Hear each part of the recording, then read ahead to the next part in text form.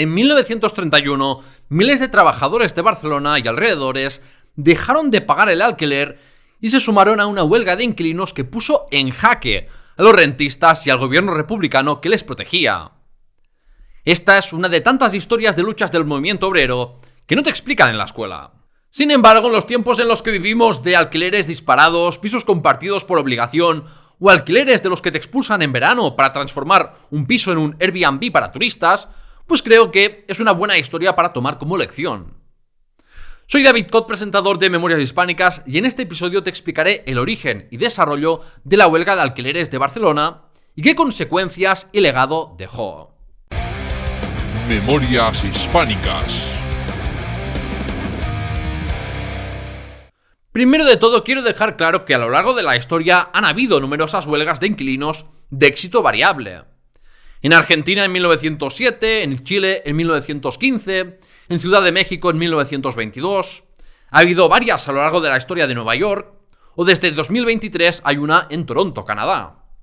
Ya en 1919, la Confederación Nacional del Trabajo, la anarcosindicalista CNT, había formado la Unión de Defensa de Inquilinos de Barcelona, que reclamaba mejorar las viviendas y rebajar los alquileres en un 50%.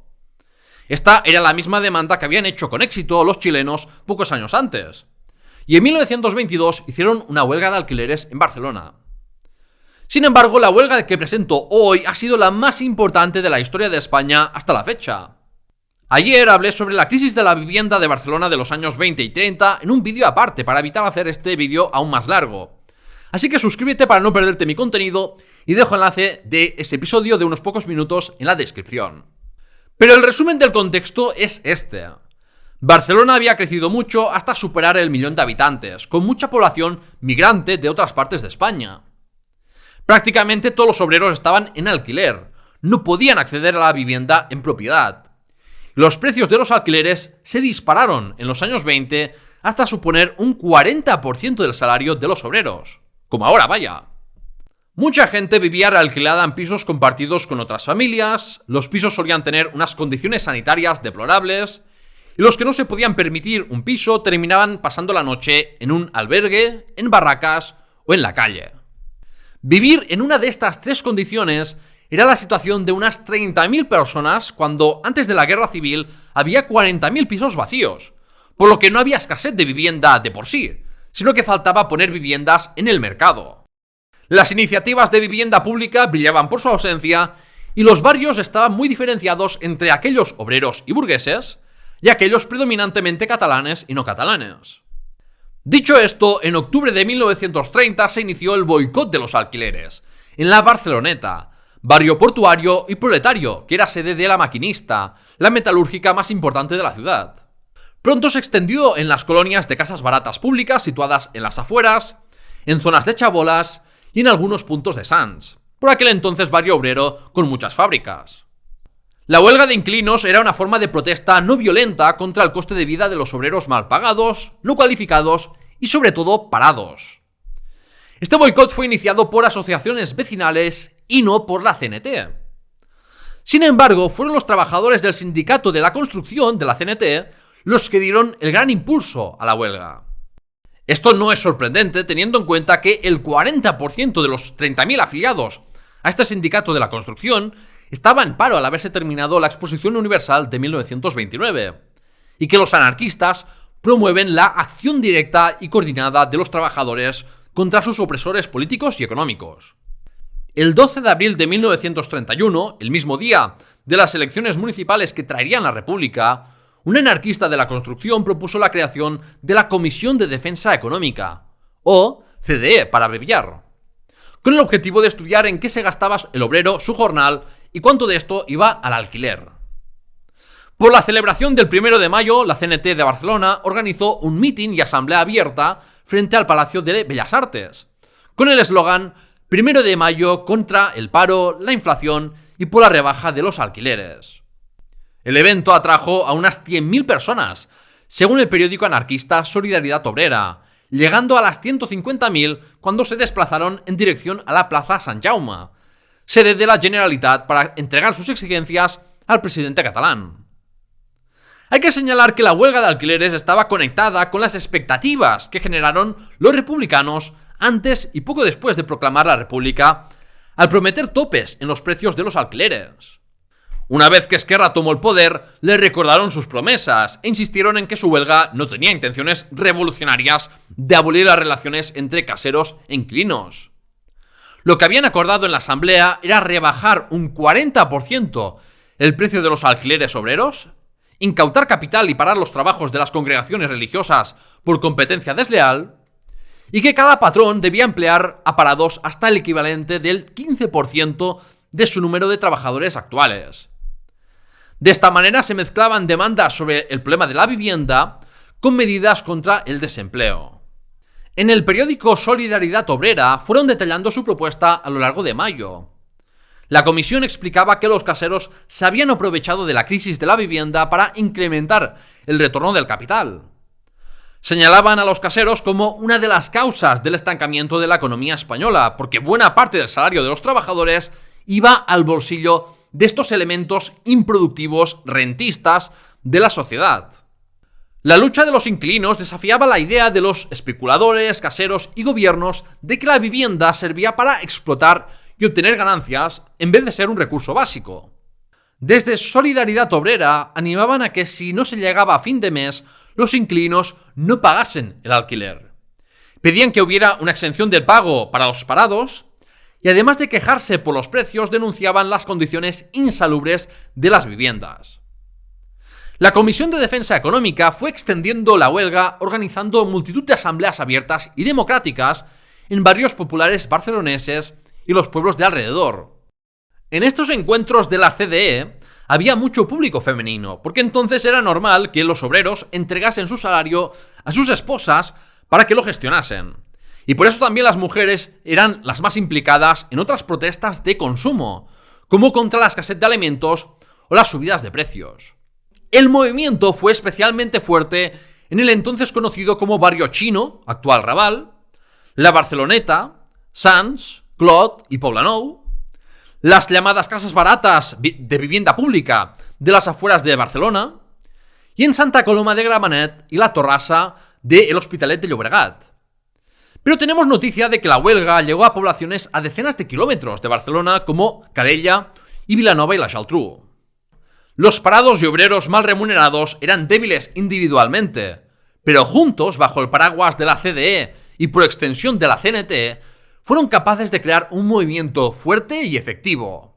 La CDE estuvo abierta a la participación de muchos obreros no sindicados, y lo único que exigían a los huelguistas era que se registrasen a la comisión y actuasen en solidaridad con el resto de huelguistas. Por la fórmula de organización descentralizada y autogestionada anarquista, los huelguistas incorporaban reivindicaciones específicas de cada barrio. Algunos inquilinos pedían mejorar la habitabilidad de las viviendas, mientras que los de las comunidades de casas baratas públicas exigían ser dotados de escuelas, centros médicos, iluminación callejera y líneas de transporte. Los parados pedían transporte público gratuito para facilitar la búsqueda de empleo, mientras que la asamblea del barrio de Horta presentó unas exigencias más radicales como sacar a la Guardia Civil de su barrio o cerrar la iglesia local. Gracias a esta experiencia en la huelga de inquilinos, muchos obreros experimentaron por primera vez lo que suponía tener voz en las asambleas democráticas y se sintieron así empoderados por las tácticas de acción directa y colectiva. Se creó un fuerte sentido de solidaridad de clase que conectaba a los distintos barrios obreros de Barcelona, porque todos experimentaban problemas más o menos similares. Cuando los caseros ordenaban cortar la luz y agua de las viviendas en huelga, los obreros simplemente las volvían a reconectar. Cuando se producía un desahucio, los huelguistas y vecinos, incluso de otros barrios, respondían ayudándoles a volver a ocupar el piso desahuciado y volver a poner los muebles en su sitio, porque la policía no tenía suficientes efectivos como para poner vigilancia. Si por algún motivo no lo podían hacer inmediatamente, siempre había alguien dispuesto a ofrecer un alojamiento temporal, como siempre se había hecho entre militantes cenetistas. La ocupación ilegal de pisos y reinstalación de los desahuciados fueron prácticas comunes de un movimiento que proclamaba que, antes que dormir en las calles, estaban dispuestos a todo. Y estos éxitos no hacían más que dar más confianza y fuerza a los huelguistas. Durante las protestas contra intentos de desahucio en una de las zonas de casas baratas, las autoridades tuvieron que mandar a un camión de la Guardia Civil para evitar que quemasen la iglesia local, vista como símbolo de opresión. Hubo intentos de linchamiento a alguaciles, tantos que algunas veces se negaban a llevar a cabo los desahucios. Hubo numerosos enfrentamientos violentos entre la policía y los vecinos, pero cuando mujeres y niños se involucraban, muchas veces no sabían cómo actuar y abandonaban su cometido de desahuciar. Otras formas de generar presión incluían marchar varios huelguistas hacia la vivienda del casero y amenazarlo, a veces a mano armada, para que dejase los intentos de desahucio. Desde Solidaridad Obrera incluso difundían el nombre y dirección de aquellos opuestos a la huelga de inquilinos. El trabajo realizado por las asambleas de barrio culminó en un mitin monstruo el 5 de julio, de nuevo en el Palacio de Bellas Artes. Se acordó reiterar que los alquileres debían bajar un 40%, el depósito de un mes de nuevos inquilinos debía tomarse como el primer pago mensual y que los parados no tendrían que pagar el alquiler. Si los caseros no aceptaban estas demandas, los inquilinos no pagarían nada y advertirían que lo hacían amparados por la iniciativa de la Comisión de Defensa Económica. Sus demandas se esparcieron rápidamente por lo multitudinario que fue el evento, las octavillas distribuidas en varios obreros y las acciones de los inquilinos. Es difícil estimar cuántos participaron en la huelga de inquilinos, porque al producirse el golpe del 1936 y fracasar en Cataluña, los revolucionarios quemaron los archivos municipales de los juzgados. Según la CDE, en julio había 45.000 huelguistas y en agosto alcanzó su pico con 100.000. No hay mucho motivo por el que dudar de estas cifras, dada la memoria de los huelguistas y la reacción extrema de las autoridades y caseros, como veremos a continuación. El amplio seguimiento de la huelga de alquileres se comprende fácilmente, porque, a diferencia de una huelga laboral, donde el trabajador tiene que sacrificar el pago de su salario en los días de huelga, el beneficio de no pagar el alquiler es inmediato. El tiempo estaba a su favor, e incluso si los caseros no aceptaban sus demandas, no pagar el alquiler durante algunos meses sería algo que agradecerían los bolsillos de los proletarios. Sin embargo, las cosas pronto se pusieron feas. La Cámara Oficial de la Propiedad Urbana de Barcelona, o COPUB, para acortar, no tardó en reaccionar, y en su reunión multitudinaria del 20 de julio los caseros asistentes se mostraron muy alarmados. Los oradores hablaron del gran sufrimiento de los pequeños propietarios por impuestos y ahora la huelga, y pidieron que la ley los protegiera. Según ellos, estos inquilinos perturbadores rompían la armonía entre dueños e inquilinos, y su objetivo era atacar la sagrada propiedad privada, dañar la economía nacional y tumbar la república para instaurar una dictadura bolchevique. La COPUB pidió al gobernador civil de Barcelona y al gobierno central reprimir duramente a los huelguistas, prohibir sus actos de propaganda, ilegalizar la Comisión de Defensa Económica y arrestar a los principales responsables. Todo esto para mantener el orden social y principio de autoridad y por el bien de los inquilinos de bien. Hay que buenas personas pensando ahí en los inquilinos de bien, es decir, aquellos obedientes y que aceptan todo. La reacción de los caseros no fue primero pensar en posibles soluciones al problema de la vivienda ni en negociar nada, sino considerar que se promovía una campaña delictiva y la violación de la propiedad privada, por lo que debía ser un problema del que se encargase la policía con represión. La Cámara de Propietarios amenazó con retener el pago de los impuestos que le correspondía y usó la influencia de su antiguo presidente Pi i Pont, líder del derechista Partido Radical de Lerroux en Barcelona, para presionar al gobierno central para actuar. Entre la huelga de inquilinos y la de Telefónica, que estaba activa en esos momentos, la CNT y el gobierno republicano chocaron en las calles en verano del 31. El ministro de Interior y derechista Miguel Maura estuvo de acuerdo en que no podían aceptar negociar porque eso llevaría a más demandas de los huelguistas, y llegó a sugerir volver a ilegalizar la CNT, como en tiempos de la dictadura de Primo de Rivera. El miserable líder del PSOE y ministro de Trabajo, Francisco Largo Caballero, calificó la huelga de los alquileres como absurda y la vio como una oportunidad para acabar con la supremacía de la CNT en Cataluña. Típico ejemplo de socialista estatalista o marxista traicionando a los trabajadores y aburguesándose por entrar en gobiernos y parlamentos. Pero bueno, ¿qué esperar de alguien que hasta colaboró con la dictadura de Primo de Rivera? Miguel Maura y el ministro de Justicia prometieron a pic y pon que darían instrucciones para llevar a cabo rápidamente los desahucios de huelguistas. Y el 27 de julio, un fiscal prohibió los folletos de la CDE por sediciosos. Por su parte, Esquerra Republicana de Cataluña, que había prometido en las elecciones limitar los precios de los alquileres, no hizo nada para solucionar el problema de la vivienda. Esquerra no podía tolerar las acciones directas de los inquilinos en huelga porque ponían en evidencia que su retórica interclasista era eso, retórica, y que los intereses que defendían eran los de las clases propietarias. Esto no resulta sorprendente, porque muchos políticos de Esquerra provenían de la pequeña burguesía. Los de Esquerra pedían paciencia a los obreros, pero es que tú no le puedes pedir eso a quienes necesitan mejorar su situación de forma inmediata, y porque si no los desahucian y terminan en la calle mendigando.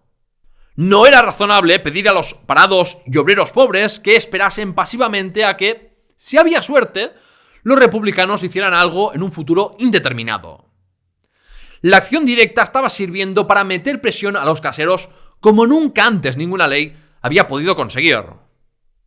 Las autoridades no tardaron en criminalizar las prácticas de los huelguistas y tratarlos como enemigos de la República, reaccionarios, agitadores, vagos y criminales que se hacían pasar por parados. Se recuperaba así la distinción decimonónica liberal entre pobres dignos y honrados, es decir, aquellos que no se quejan y obedecen, y pobres subversivos y vagos. En vez de reconocer que había un grave problema de vivienda en Barcelona, los políticos republicanos y los burgueses, que la misma cosa eran, afirmaban que la huelga fue fruto de las prácticas violentas y coacciones de una minoría de inquilinos agitadores y peligrosos. Hicieron incluso propaganda con informaciones falsas diciendo que los inquilinos de las casas baratas de vivienda pública se lucraban subarrendando sus pisos mientras que alquilaban villas lujosas en la costa. También por parte de Esquerra hubo discursos y políticas públicas de discriminación, criminalización y expulsión de los inmigrantes del sur de España llegados en los últimos años. Pero eso daría ya para hablarlo en otro episodio. Quedaba claro que las autoridades republicanas estaban dispuestas a aplicar la misma política de garrotazos de siempre, la violencia que tanto gusta emplear a los poderosos para recordar quién manda. El verano del 31 estuvo marcado en Barcelona por una explosión de huelgas, hasta 41. Sin embargo, no se trataba de un ataque revolucionario contra la República, como algunos paranoicos del gobierno central temían. Se trataba simplemente de disfrutar de las libertades reconocidas por la República y de mejorar las paupérrimas condiciones de los trabajadores después de casi una década perdida de sindicalismo por la dictadura de Primo de Rivera. Incluso el cónsul británico se mostraba sorprendido de que no hubiera más huelgas, con lo mal pagados que estaban los trabajadores.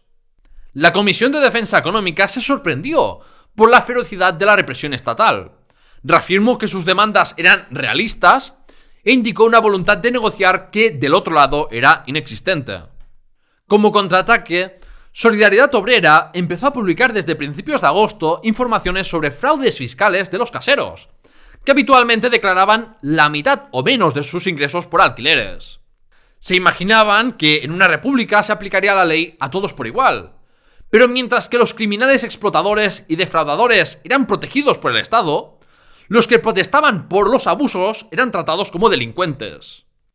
Naturalmente, la COPUB negó públicamente los fraudes, pero un informe interno del año siguiente confirmaba que la mayoría de los caseros hacían declaraciones fraudulentas al fisco y a la propia Cámara de Propietarios con contratos e identidades falsas para ocultar el número de sus propiedades. La evasión legal y fiscal de los caseros era una práctica habitual en aquella época y tolerada por el Estado, que representaba ante todo los intereses de estas clases propietarias. Todo esto, por cierto, mientras la COPUB fue a los tribunales contra el Ayuntamiento de Barcelona porque se negaban a seguir pagando el impuesto especial de un mísero 1% que se estableció para costear los trabajos de la Expo de 1929, y por el que el municipio seguía muy endeudado. Típico ejemplo de privatización de beneficios y socialización de pérdidas. Por la presión de los criminales propietarios y el deseo de los republicanos de estabilizar el nuevo régimen, el gobierno pasó al ataque en agosto, cuando Anguera de Sojo fue nombrado gobernador civil de Barcelona.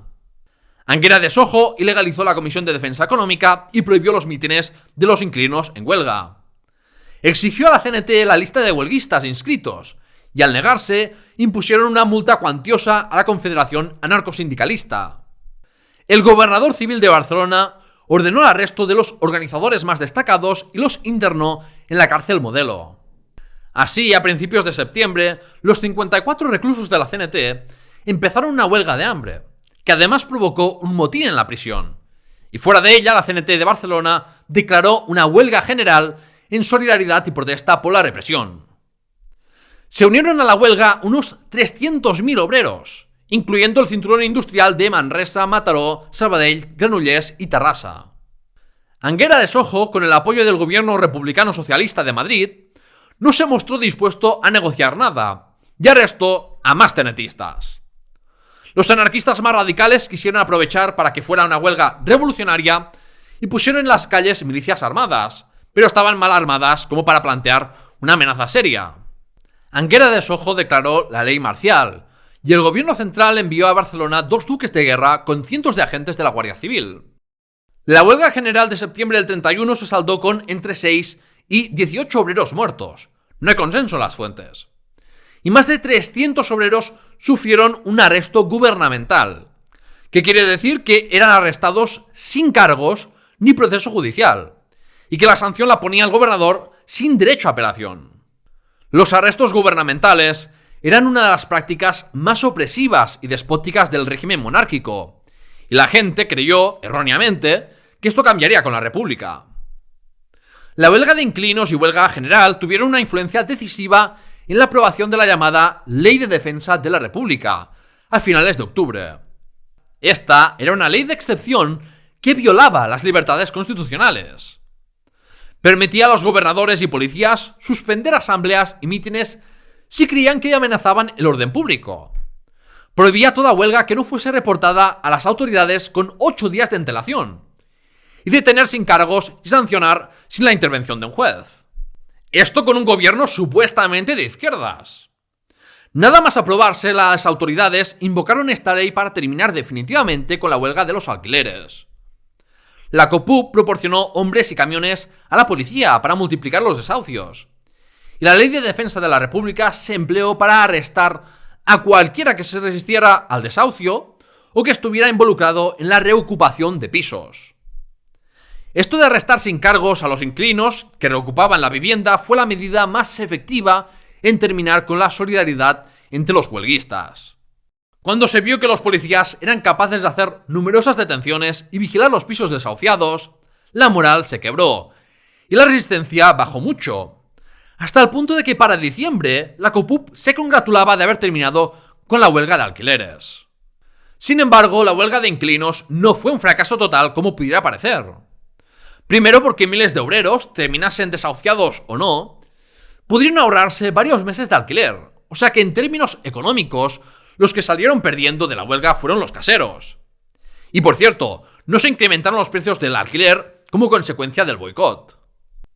Y segundo, porque muchos caseros, sobre todo aquellos pequeños, acordaron por separado rebajas en los alquileres y perdonaron aquellos meses impagados.